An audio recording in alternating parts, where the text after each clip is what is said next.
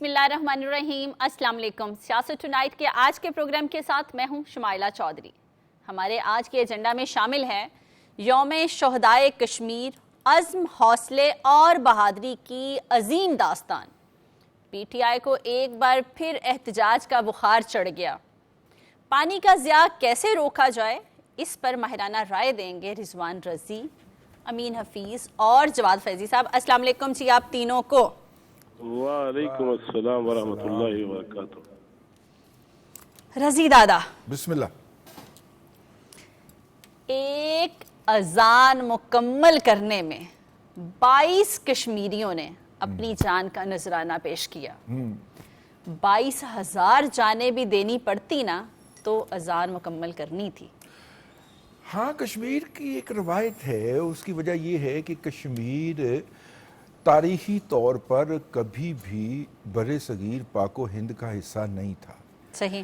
آپ وہاں کا کھاجا دیکھیں، وہاں کے لوگوں کا رہن سہن دیکھیں، وہاں کی آب و ہوا دیکھیں، وہاں کے لباس دیکھیں، لوگوں کی زبان سنیں، تو اس سب میں آپ کو سینٹرل ایشیا کی نظر آتی ہے۔ ایسے ہی۔ اور میں عرض کروں، میں ایک دفعہ تاجکستان گیا اور تاجکستان کے شہر خوجند میں پھرتے ہوئے مجھے ایسے لگے جیسے میں سری نگر میں پھر رہا ہوں۔ اتنی کامنلٹی تھی، لوگوں کے فیچرز۔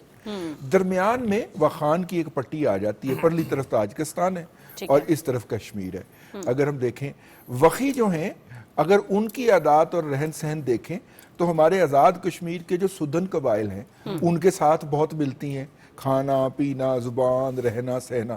تو یہ اسی لیے وہاں کے لوگوں کے فیچرز جو ہیں وہ باقی بر صغیر کے لوگوں سے، خاص طور پہ ساؤتھ انڈیا کے لوگوں سے وہ مختلف ہیں، کیونکہ سینٹرل ایشیا کا امپیکٹ بہرحال دریائے اباسین، جس کو آج کل ہم دریائے سندھ بھی کہتے ہیں، اس کی تہذیب تک تو آیا نا، آگے نہیں جا سکا۔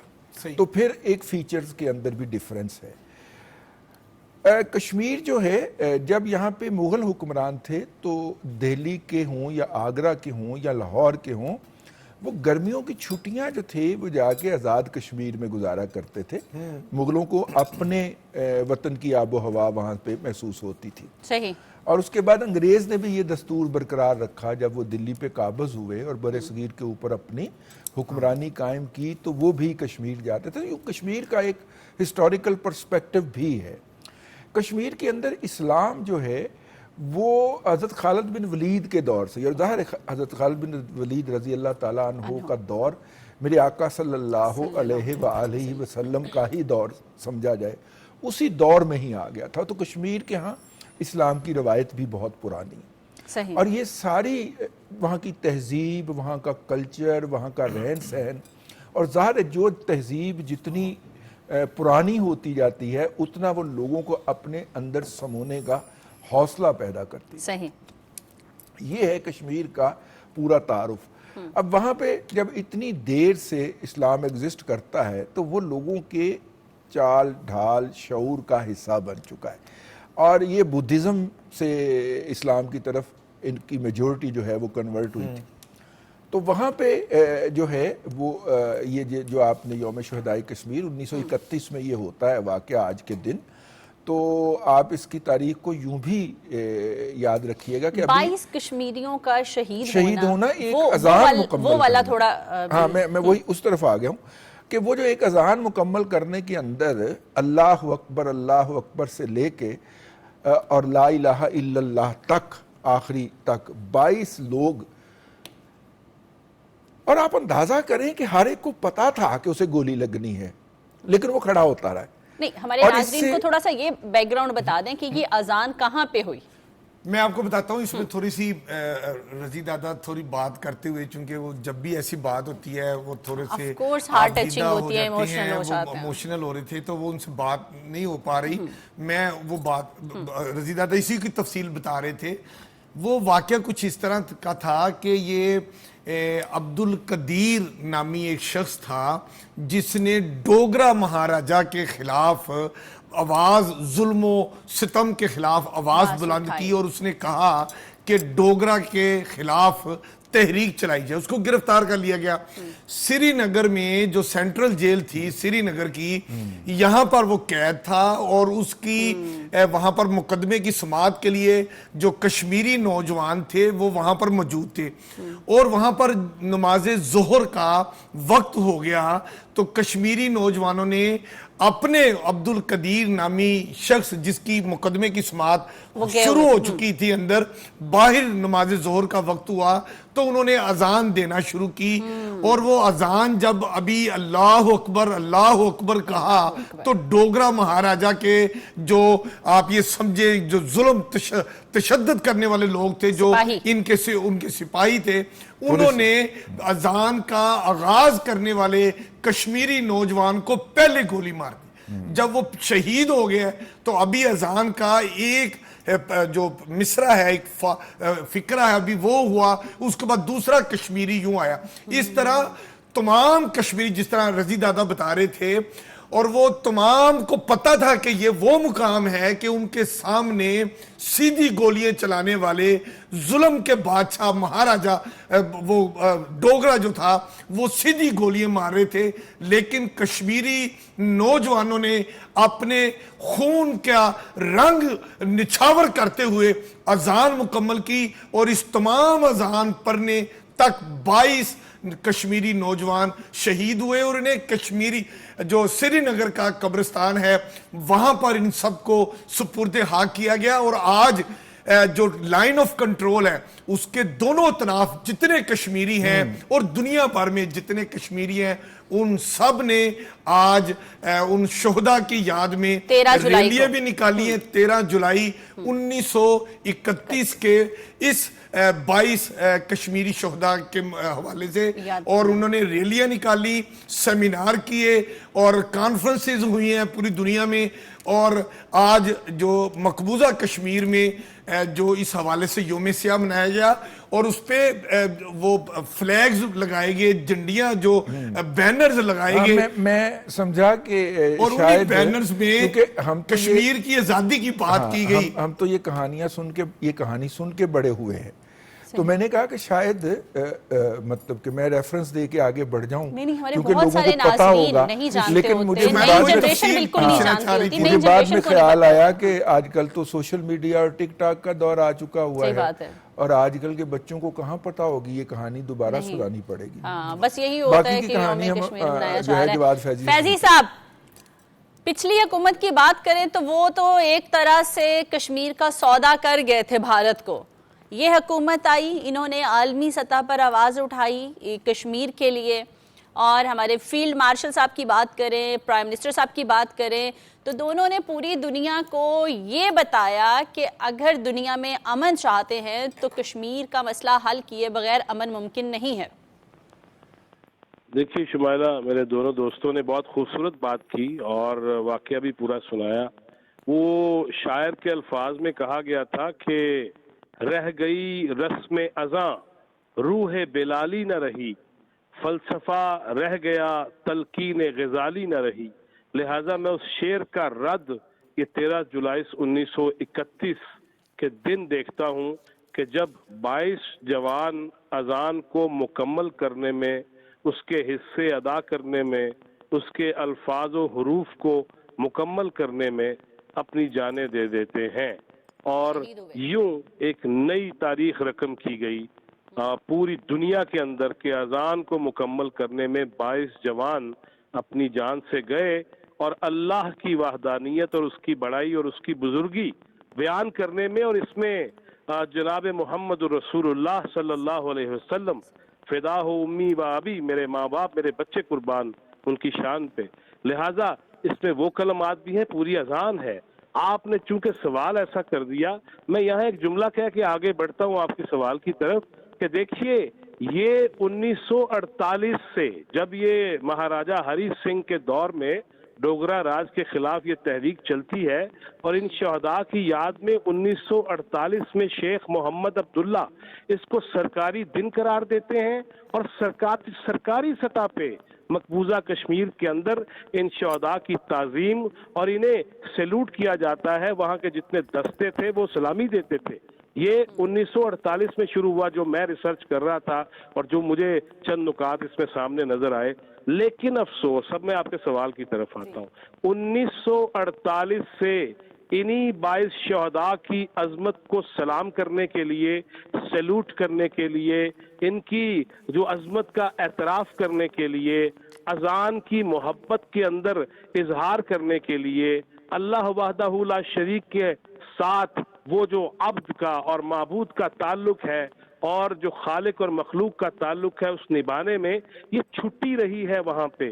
لیکن افسوس یہ کہ 2019 کے اندر میں کی کراں کہ ہر چیز 2018 تو بعد مینو انج ڈگدی نظر آندی ہے، اور اس طرح سے اس میں اگر اسپیسیفکلی کشمیر پہ رہوں تو مجھے وہیں رہنا چاہیے کہ 2019 کے اندر جا کے یہ چھٹی منسوخ کر دی جاتی ہے. اور نہ صرف یہ کہ شیخ عبداللہ کی اپنی بھی سالگرہ کا دن چھٹی ہوا کرتی تھی 5 دسمبر کو، اس کو بھی منسوخ کر دیا جاتا ہے. لہذا یہ 2018 کے بعد کے ذرا کرشمے چیک کریں کہ کشمیر کے اندر ان کی حیثیت کو متنازع بنانا، وہاں پہ ہندوستانیوں کی آباد کاری کرنا. اور برادر رضوان رضی نے بالکل خوبصورت انداز میں یہ بات کہی کہ جس طرح ان کے فیچرز ملتے ہیں وہ ہندوستان کے علاقوں کی طرف نہیں ملتے. وہ اسلام کا تعلق تھا، محبت تھی، بھائی چارگی تھی، اہل کتاب ہونا تھا، اہل اسلام ہونا تھا. لہٰذا ادھر شادیاں زیادہ ہوئیں. اور آپ دیکھ لیجئے آج بھی کراچی ہو، لاہور خاص طور پہ ہو، سیال کوٹ ہو یا ایسے علاقے ہوں،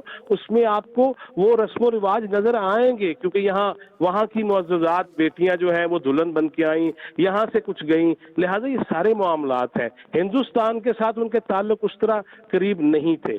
میں یہ سمجھتا ہوں کہ جو ظلم اس دور میں خاص طور پہ ہوا، جس دور میں یہ کہا گیا قومی اسمبلی کے فلور پہ کیا میں ہندوستان پہ حملہ کر دوں، جب ہم ان کے بندے بھی چھوڑ رہے تھے اور وہ ہم پہ حملہ آور ہوئے اور منہ کی کھانی پڑی.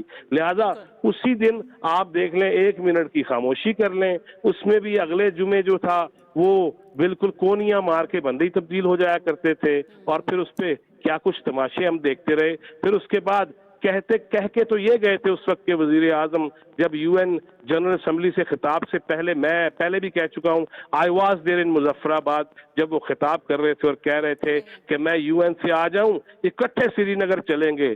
آج تک آزاد کشمیر کے نوجوان اس قائد کے منتظر ہیں جو کہہ کے گیا تھا میں آ جاؤں تو چلیں گے. اور دوسری جانب مقبوضہ کشمیر کی وہ مائیں، بیٹیاں، بہنیں اور ہاف ویڈو کا کانسیپٹ پوری دنیا میں فرسٹ ٹائم دنیا میں آیا.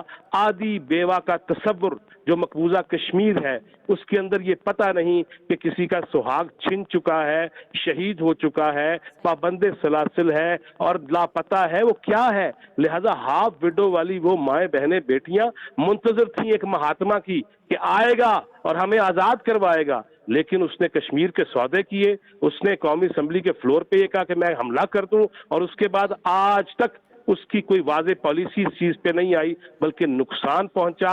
اب اس کو ریپیئر کیا جا رہا ہے، اب اس کو ری شیپ کر کے بتایا جا رہا ہے کہ دیکھو اے جڑا حلیہ بگڑیا سی نا ہم پھر ٹھیک کر رہے ہیں. اور آپ کے جتنے بھی سفارتکار ہیں، آپ کی کمیٹیاں ہیں، آپ کے فیلڈ مارشل ہیں، وزیر اعظم ہیں، وزراء ہیں، وہ ہر جگہ پہ جس طرح کھل کھلا کے کشمیر کا مقدمہ پیش کر رہے ہیں. اور یہی وجہ ہے کہ دل یزداں میں کانٹے کی طرح کھٹک رہے ہیں ہمارے پاکستان کے وہ ذمہ داران ریاست و سیاست کہ جس کی وجہ سے آج امریکہ بھی یہ کہہ رہا ہے کہ اس مسئلے کو حل ہونا چاہیے، اور ہندوستان کے پیٹ میں مروڑ اٹھ رہے ہیں اور اس حکومت کی سفارتی ناکامی ان کے منہ پہ پڑی ہے. بالکل صحیح. رضی دادا میں ایڈ کرنا چاہ رہا ہوں، بہت ضروری اور اہم بات ہے، اور وہ یہ ہے کہ جب یہ 6 مئی سے لے کے 10 مئی کے درمیان جب 4 دن کی جنگ ہوئی تو سب سے زیادہ بھارتی کیجویلٹیز جو ہیں وہ لائن آف کنٹرول یعنی کہ خط متارکہ جنگ کے اوپر ہوئیں، اور 136 کے قریب جو چوکیاں تھیں بھارت کی، یا تو ان پہ قبضہ کیا پاکستان نے یا ان کو تباہ کیا، اور بہت سارا علاقہ جو ہے مقبوضہ کشمیر سے آزاد کروایا گیا. اور اس 14 اگست والے دن کا نقشہ جاری ہونے لگا ہے آزاد کشمیر کا، اور وہ علاقے جو کہ ہم نے 4 دنوں کے اندر بھارت سے چھینے تھے وہ ان کے اندر وہ پاکستان ان کو کے شامل نقشے کیا میں جائے گا، آزاد کشمیر کے نقشے میں شامل ہوں گے۔ حکومت پاکستان نے آزاد کشمیر کی گورنمنٹ کو کہا کہ جی آپ نیا نقشہ جاری کریں، تو 14 اگست کو آزاد کشمیر کی گورنمنٹ نیا نقشہ ٹھیک ہے، بالکل صحیح، بڑی اچھی اور خوشائن بات ہے یہ۔ بھارت کے باوجود اتنے مظالم کے جو کہ مقبوضہ کشمیر میں ہو رہے ہیں، 7 لاکھ بھارتی فوجی تعینات ہیں وہاں پہ، اتنے مظالم کے باوجود نہ کشمیریوں کا جوش ختم ہوا آزادی کا، نہ ان کی ہم سے محبت میں کوئی کمی آئی، اور نہ ہی پاکستانیوں کے دل سے کبھی بھی کشمیری نکلیں۔ یہ محبت ہمیشہ رہے گی، بھارت جتنا مرضی زور لگا لے۔ یہاں پہ لیں گے ایک چھوٹی سی بریک، ہمارے ساتھ رہیے۔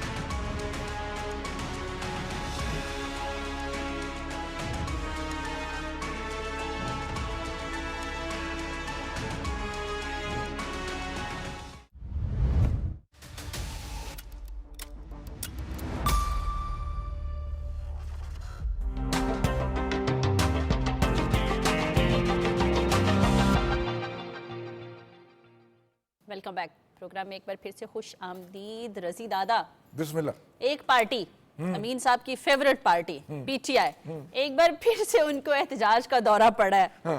کے پی کی جو عوام ہے انہوں نے تو ریجیکٹ کر دیا ٹوٹلی، انہوں نے کہا ہم تمہارے ساتھ کسی بھی فساد کا حصہ نہیں بنیں گے۔ اب آپ کے ہم نام علی امین گنڈا پور صاحب وہ پنجاب سے امیدیں لگائے بیٹھے ہیں۔ وہ لاہور میں تھے اور انہوں نے باقاعدہ تحریک کا اعلان کیا ہے جو 3 ماہ کے اوپر یا 90 دن کے اوپر مشتمل ہوگی۔ ٹارگٹ ہے 90 دن کا۔ اچھا آپ یہ دیکھیے کہ انہوں نے اس تقریب کے اندر جو ہے بھرپور قسم کا کھانا کھایا، ان کے میزبانوں کا حق ہے۔ وہ جو مرزا افریدی صاحب ہیں ان کے پاس بہت پیسے ہیں، اسما بخاری صاحبہ نے کہا ہے کہ وہ اچھے بچوں کی طرح آئے ہیں تو ہم نے ویلکم بھی اچھے سے کیا ہے۔ تینوں بھائی جو ہیں وہ مختلف 3 پارٹیوں کے اندر ہیں، ایک مولانا فضل الرحمان صاحب کے ساتھ ہیں، ایک ان کے ساتھ ہیں پی ٹی آئی کے ساتھ، اور ایک جو ہیں وہ میرا خیال پیپلز پارٹی یا پی ایم ایل این میں بھی ہیں۔ تو تینوں کزن جو ہیں انہوں نے ہر طرف بنا کے رکھی ہوئی ہے۔ سینیٹر شپ وہ ہر دفعہ مطلب کہ ہاں مطلب کہ نقد لے لیتے ہیں۔ ٹھیک ہے جی، آگے پنجاب میں اب جناب انہوں نے وہاں لاہور میں یہ اپنا شوکت خانم ہاسپٹل کے پاس ہی ان کا 2 کنال کا گھر ہے، وہاں پہ قوالی نائٹ رکھی ہوئی تھی۔ اچھا یعنی آپ احتجاجی تحریک کا اعلان کر رہے ہیں اور آغاز کے اوپر بجائے اس کے کوئی خطاب ہو، کوئی پلیجز دیے جائیں، کوئی وعدہ کیا جائے کہ ہم یہ کریں گے، وہ انہوں نے اگلے دن اٹھ کے پریس کانفرنس میں کیا۔ رات کو قوالی رکھی ہوئی تھی، اب اس قوالی کے اندر جو دھمال پڑ رہی تھی آپ اس پہ اعتراض کر کے دکھائیے ذرا، آپ کے اوپر فتویٰ لگے گا، ٹھیک ہے نا؟ دیکھیں آغاز تو انہوں نے اچھا اسلامی ٹچ تو دے دی ہے نا، نہ کریں آپ معمول نہیں چھوڑا، اپنا معمول نہیں چھوڑا، جو جلسے جلوسوں کے اندر ہوتا تھا وہ انہوں نے کر کے تو اپنی پوری ریچول کی ہے، اس کے اوپر پوری رسومات ادا کی ہیں آخری، ٹھیک ہے۔ آپ شاید بھول رہے ہیں بانی صاحب کی گرفتاری سے پہلے زمان پارک میں کیا ہوتا تھا، رات کو کھابے ہوتے تھے، پارٹی ہوتی تھی، صبح پھر خطاب ہوتا تھا، تو وہی اگلے دن انہوں نے 2 بجے اٹھ کے پریس کانفرنس کی ہے۔ دیکھیے یہ ایک بالکل فکس قسم کا وزٹ تھا، ٹھیک ہے۔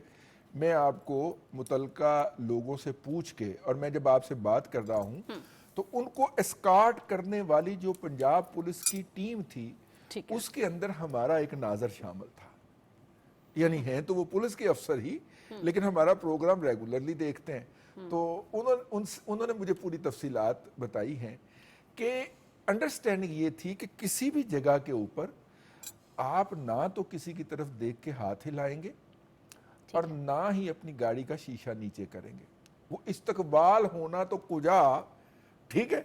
اور اتنی انڈرسٹینڈنگ کا انہوں نے پاس کیا ہے، دھیان کیا ہے کہ اگر کسی جگہ پہ کوئی 8 10 15 20 50 کارکن ان کے طرف آئے بھی ہیں تو میں نہیں جانتا، میں جانتا ہی نہیں ہوں، شیشہ ہی نہیں کھولا، ٹھیک ہے. اچھا یہ میں آپ کو بالکل اندر کی پروٹوکول والے بتا رہے ہیں. انہوں نے کہا جی ہمیں بھی یہ تھا کہ جہاں پہ یہ رکے تو آپ نے نوٹ کر لینا. تو وہ الحمدللہ جی ٹی روڈ سے ٹھیک ہے 120 کی سپیڈ پہ آئے ہیں. پہلا ان کا سٹاپ جو ہے وہ مرید کے آ کے تھوڑی دیر کے لیے ہوا ہے جہاں پہ تقریباً کوئی 40-50 لوگ ان کے اکٹھے تھے. اس سے پہلے آپ دیکھیں نا, آپ پنڈی سے نکلے گجر خان ہیں جی, جیلم, سہاوا, پھر میرا مطلب ہے کہ کھاریاں, ایک گستاخی کروں, ہاں لالا موسیٰ, اتنا گجرا حالا گجرات, سکون سے وہ آئے ہیں. آپ سارے سٹاپ مت گنوائے ہیں, کیا پتا وہاں نکلنے سے پہلے انہوں نے شہد کے 2-4 گھونٹ پیے ہوں کہ منہ میٹھا ہی رہے.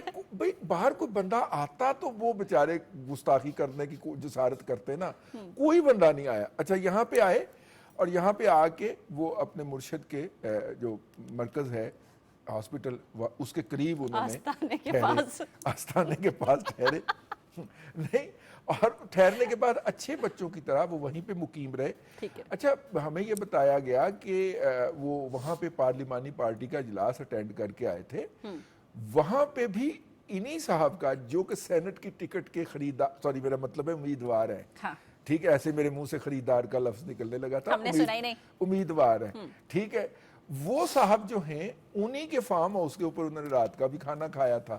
اور مزے کی بات یہ کہ ٹھہرے وہ فارم ہاؤس میں ہوئے تھے, لیکن اسلام آباد کے 5 ستارہ ہوٹل میں پارلیمانی پارٹی کے 5 ستارہ ہوٹل میں پارلیمانی پارٹی کے تمام ارکان کے لیے نشستیں بک تھیں اور کمرے بک کیے ہوئے تھے.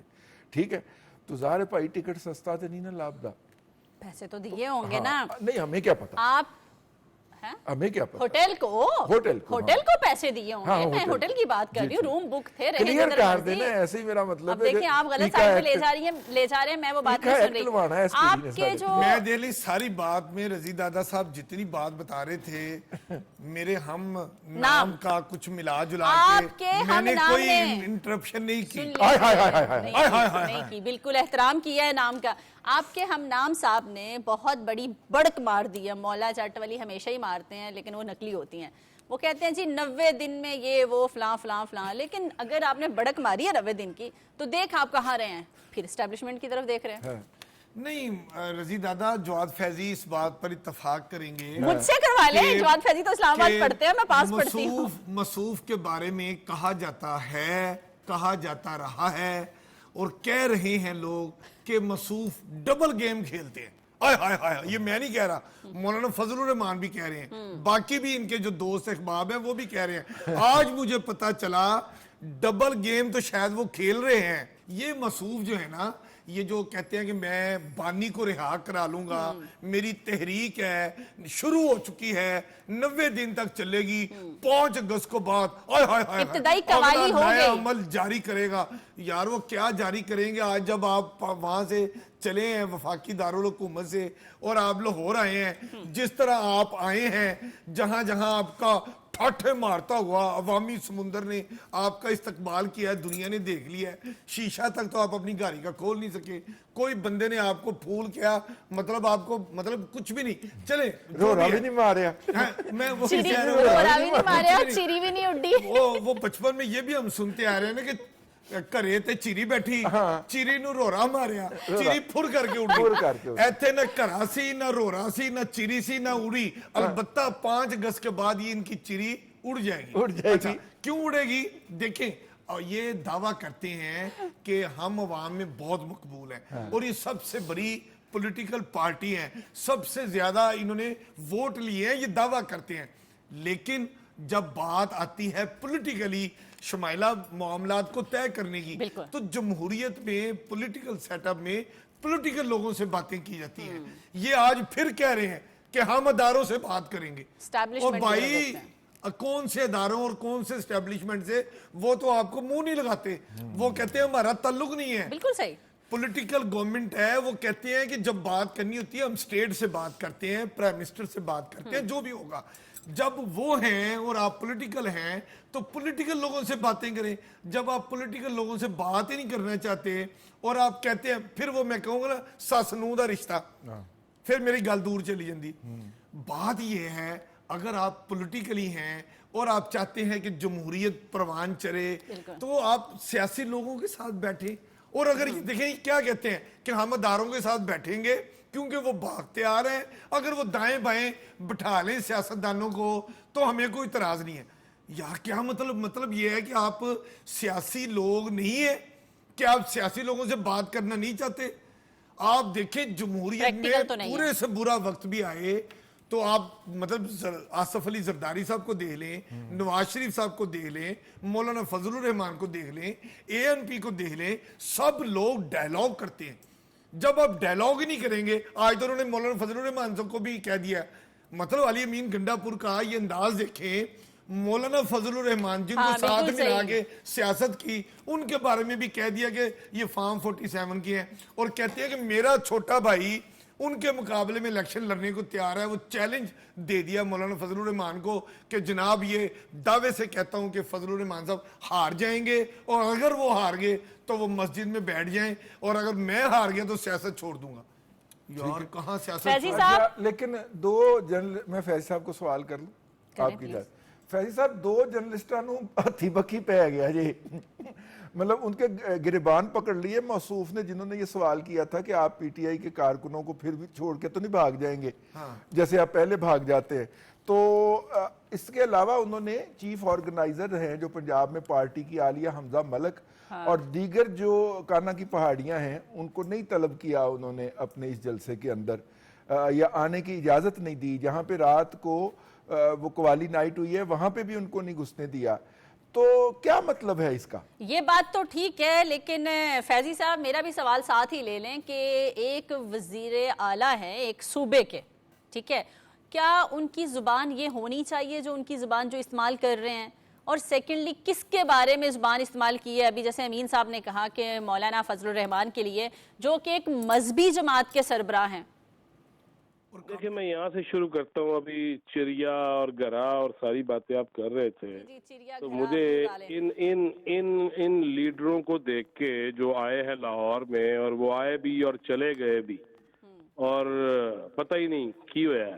لہذا وہ میں نے اسکول کے زمانے میں کہا تھا, اللہ بخشے والد مرحوم و مغفور کو, انہوں نے نوک پلک ضرور درست کروائی, کہ وہ یہ تھا کہ منڈیر پہ چڑیا بیٹھی ہے, چوں چوں کے گیت سناتی ہے, جب ذرا بھی کھٹکا ہوتا ہے تو پھر سے وہ اڑ جاتی ہے, کچھ دیر کے بعد وہ پھر واپس منڈیر کے اوپر آتی ہے, دن بھر وہ آتی رہتی ہے جب واد کا جی بہلاتی ہے.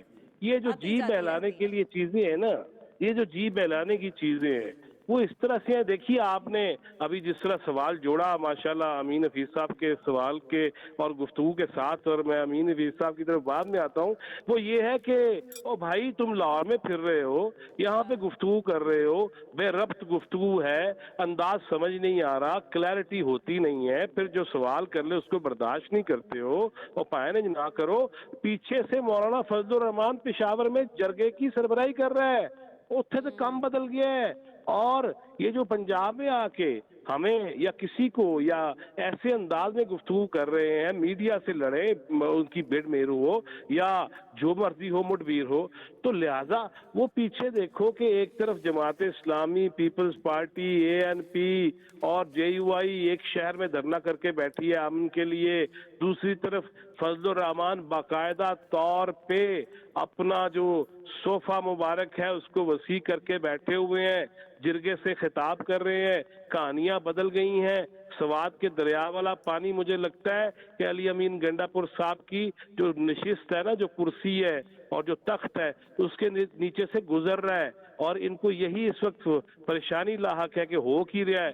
ایک طرف فیصل کریم کنڈی صاحب ہے, ادھر میں دیکھتا ہوں کہ امیر مقام جو ہے وہ ملاقاتیں کر رہے ہیں, ادھر میں دیکھتا ہوں کہ فضل الرحمان صاحب اپنی گفتگو کر رہے ہیں, وہ والی گفتگو جو کشمیر ہائی وے پہ, سری نگر ہائی وے پہ وہ بانی پی ٹی آئی کے لیے کیا کرتے تھے, وہ کر رہے ہیں. اور دوسری جانب میں یہ دیکھ رہا ہوں کہ سمر ہارون بلور جیسی ایسی خواتین جنہوں نے قربانیاں دیں، جو میں سمجھتا ہوں کہ وہ ایسا اعزاز ہے ان کے پاس کہ وہ ایک شہید کی بہو بھی ہیں، ایک شہید کی بیوہ بھی ہیں، اور اس کے باوجود وہ آج بھی یہ کہہ رہی ہیں کہ جب میں پاکستان کا میچ دیکھتی ہوں افغانستان کے ساتھ تو میں پاکستان زندہ باد کا نعرہ لگانے چاہتی ہوں، لیکن وہ نہیں لگانے دیا جا رہا۔ اس ساری صورتحال میں میں اب علی امین گنڈا پور صاحب کی بے چینیاں، بے قراریاں دیکھ رہا ہوں، اور کوئی بات نہیں، اگر وہ طے شدہ امور کر کے آئے کتنا کچھ دیکھتے ہیں، بہت کچھ دیکھتے ہیں آپ، میں کتنی اتنا بھی کچھ تانکہ جھانکی اچھی نہیں ہوتی فیضی صاحب۔ جواد فیضی اس موقع تے اتے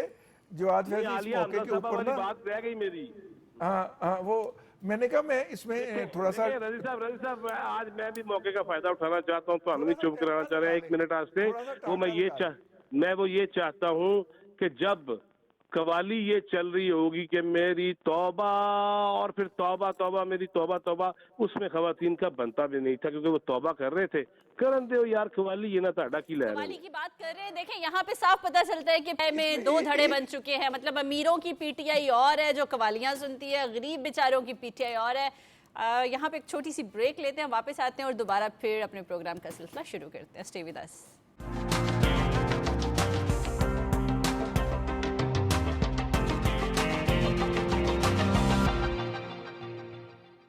پروگرام میں ایک بار پھر سے خوش آمدید۔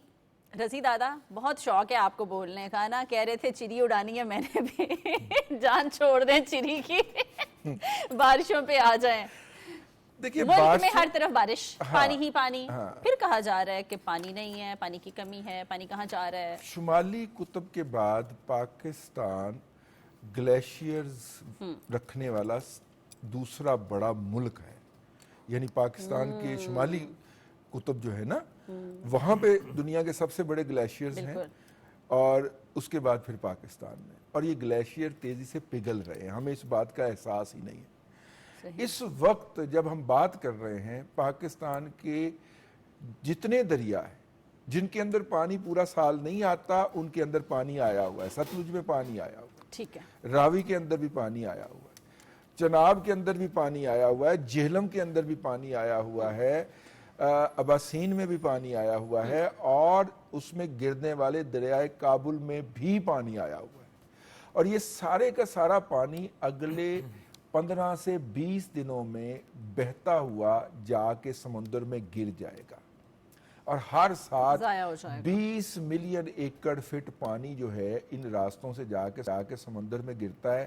ہمارے پاس سٹوریج کی صرف جو کیپیسٹی ہے وہ 7 ملین ایکڑ فٹ کی، اور وہ بھی دن بدن کم ہو رہی، اور ہم ایک ہفتہ قبل سپل ویز کھول کے یہ اعلان کر چکے ہیں کہ بھائی جان تربیلا بھی بھر گیا ہے اور منگلہ بھی بھر گیا۔ اب سپل ویز سے جو پانی آ رہا ہے وہ آگے کو جا رہا ہے اور جا کے سمندر میں گر کے غرق ہو رہا ہے، ٹھیک ہے۔ اب ابھی ہم دیامر بھاشا بنا رہے ہیں، 3.5 یا 4 MAF اس کی بھی کیپیسٹی ہوگی، بڑھے گی، لیکن ہمیں یہ سارے کا سارا پانی اس کو یوٹیلائز کرنا چاہیے، اور 1 MAF کا مطلب ہے $1 بلین کی معیشت۔ اگر 1 MAF پانی کو آپ ایگریکلچر میں اور انڈسٹری میں چینلائز کر لیں تو $1 بلین کی آپ کی معیشت بڑھ جائے گی، اور آپ کی ٹوٹل معیشت کا حجم سالانہ اس سال $411 ارب ہوا ہے۔ جو اصل میں تکلیف کی بات ہے وہ یہاں سے شروع ہوتی ہے۔ ہمارا دشمن بھارت وہ دنیا کے ہر فورم پہ جا کے یہ پروپیگنڈا کرتا ہے کہ دیکھیے یہ پانی سمندر کے اندر ڈال دیتے اور ضائع کر دیتے ہیں، ہم انسانوں کے لیے استعمال کرنا چاہتے ہیں، تو ہمیں پانی چوری کے اوپر نہ پوچھا جائے۔ اور وہ ان 3 دریا وہ ویسے لے گیا ہم سے، بیاس، ستلج اور راوی، اور باقی 2 کے اندر سے وہ نہریں بنا رہا ہے پانی چوری کرنے کے لیے۔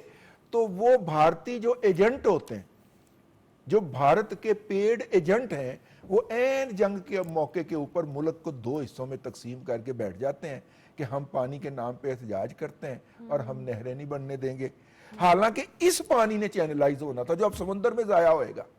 اس پانی نے چینلائز ہو کے جا کے صحرا میں پھول کھلانے تھے، ٹھیک ہے، لیکن وہ کہتے ہیں کہ نہیں جناب، وہ پانی کو آپ یوز نہیں کریں گے، یہ ضائع ہوتا رہے تاکہ بھارت کا کیس مضبوط رہے۔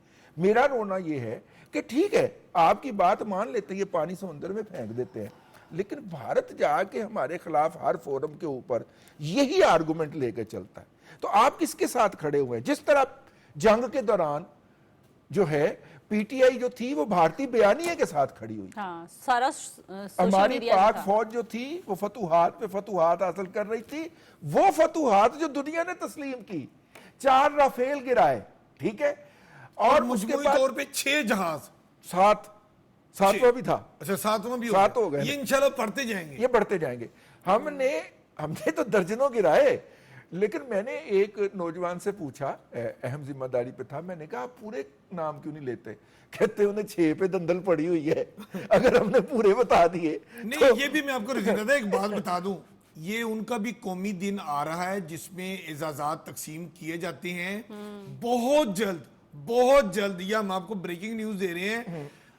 انڈیا جیسے انہوں نے مطلب ہے کہ ابھی نندن کو جو یہاں پہ کسونمو کے کھا کے گیا, اور پھر بھی ہماری پاک آرمی نے اس کو کراؤڈ سے نکال کے اس کو زبردست قسم کی چائے پلائی اور فنٹاسٹک ٹی کہنے پہ وہ مجبور ہوا, اور اس طرح مطلب وہ اس نے بتایا کہ میرے جہاز کو ہٹ ہوا اور میں نیچے آیا, اور اس طرح مجھے پاک فوج کے کیپٹن اور مجھے دوائی دی, اور ہم ویسے بھی جب ہم کوئی دوائی کھاتے ہیں ساتھ چائے ضرور پیتے ہیں. اس کو جا کے سب سے بڑا انڈیا میں ایوارڈ دیا گیا.